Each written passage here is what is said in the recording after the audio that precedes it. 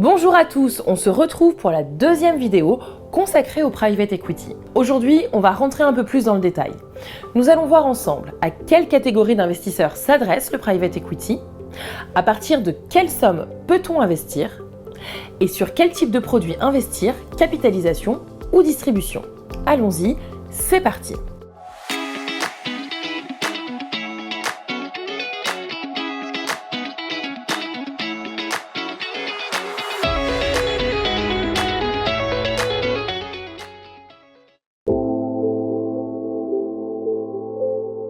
Le private equity s'adresse d'abord à toutes celles et ceux qui veulent donner du sens à leur placement en investissant dans ce que l'on appelle l'économie réelle. En effet, au-delà de l'objectif de gain potentiel, qui peut être très important, c'est certainement plus gratifiant d'investir au capital d'une société française qui va créer de la valeur et des emplois que de laisser son argent végéter sur un livret A pour alimenter des fonds propres de votre banque. Vous pouvez devenir acteur de l'économie réelle et de votre patrimoine dès quelques centaines d'euros seulement via un PEA ou via le crowdfunding, par exemple.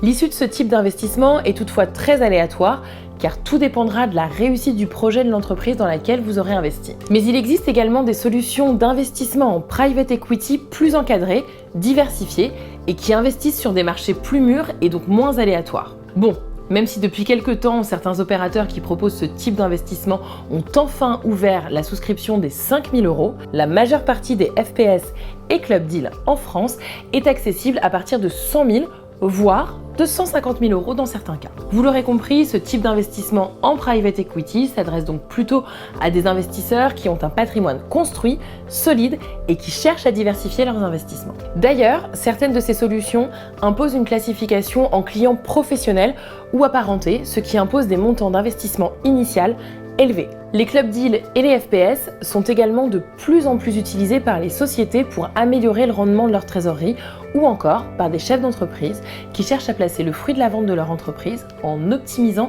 leur fiscalité sur la plus-value. Je reviens sur ce point plus en détail dans la troisième vidéo. Alors évidemment, lorsqu'on place son argent, on cherche généralement à ce que cela génère des revenus complémentaires, mais les solutions en private equity qui distribuent des revenus sont rares. En effet, le but au départ est de participer à la croissance et au développement d'un business, donc si on consomme tout ou partie de la valeur créée en la redistribuant, le développement peut s'avérer plus compliqué. C'est pour cela que bien souvent, les produits sont plutôt par capitalisation. Vous investissez, vous ne touchez rien pendant la durée du deal et au bout de l'opération, 6 ans par exemple, vous récupérez votre capital plus par exemple 6 fois 6%, soit 36% de performance. Et cerise sur le gâteau, bien souvent, vous êtes partiellement exonéré, voire totalement exonéré d'impôt sur le revenu. Mais pas des prélèvements sociaux, ce serait trop beau.